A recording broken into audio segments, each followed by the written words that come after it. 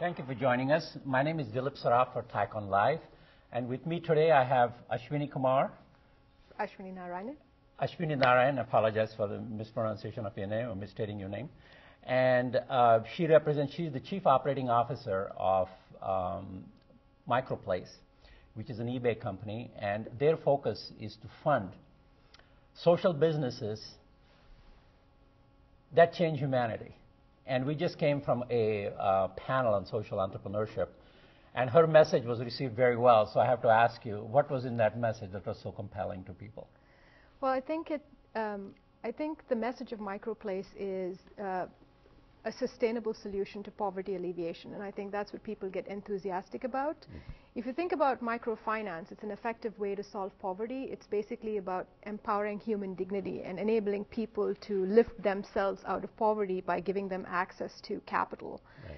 And if you think about the number of people in the world who could benefit from microfinance services today, there are about 1 billion of them. And only 10% of those billion have been reached by the microfinance industry in the last 30 years. Wow. So there are 10,000 organizations out there that are trying to reach the rest of the 900 million people who could benefit from microfinance services and actually, lift themselves out of poverty. And so it's a huge scale question. How do you get the capital that is necessary to help so many people at one time?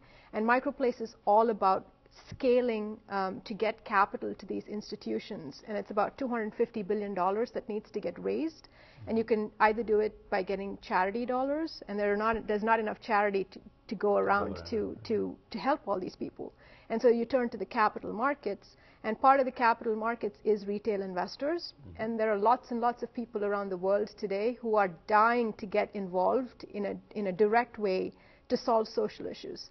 And what Microplace is simply an opportunity for an everyday person with as little as $100 to make a direct impact on poverty alleviation. And our model is interesting in that we want to scale, so we want to raise as many people as possible.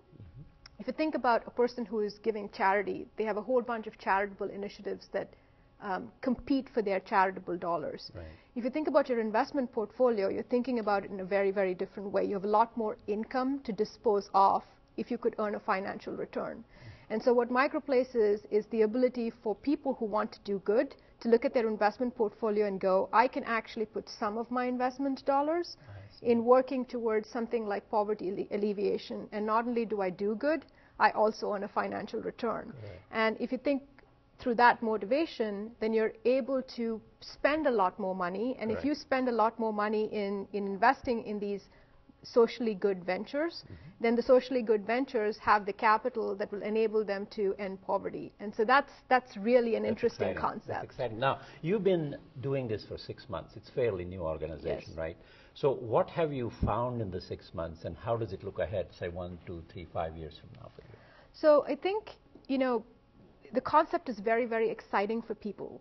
And the microfinance industry has certainly embraced us, and there are lots of very, very interesting innovations financially that I think that are going to come up that will allow the retail investment public to actually participate in microfinance, because retail investment in microfinance is completely greenfield. Right. There's absolutely nobody doing that today. Correct.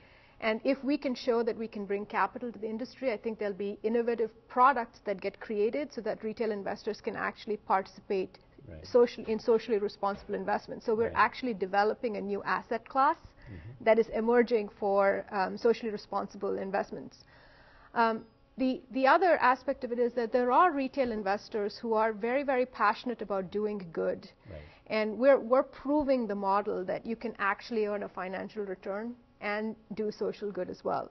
The interesting thing for Microplace is it's a little difficult model for you to grasp, but once people get it, they're really excited about it, and they really want to make an investment. I got it. Good, great. Now, so, reaching 900 million people, it looks like in 30 years you just covered the tip of the iceberg, right?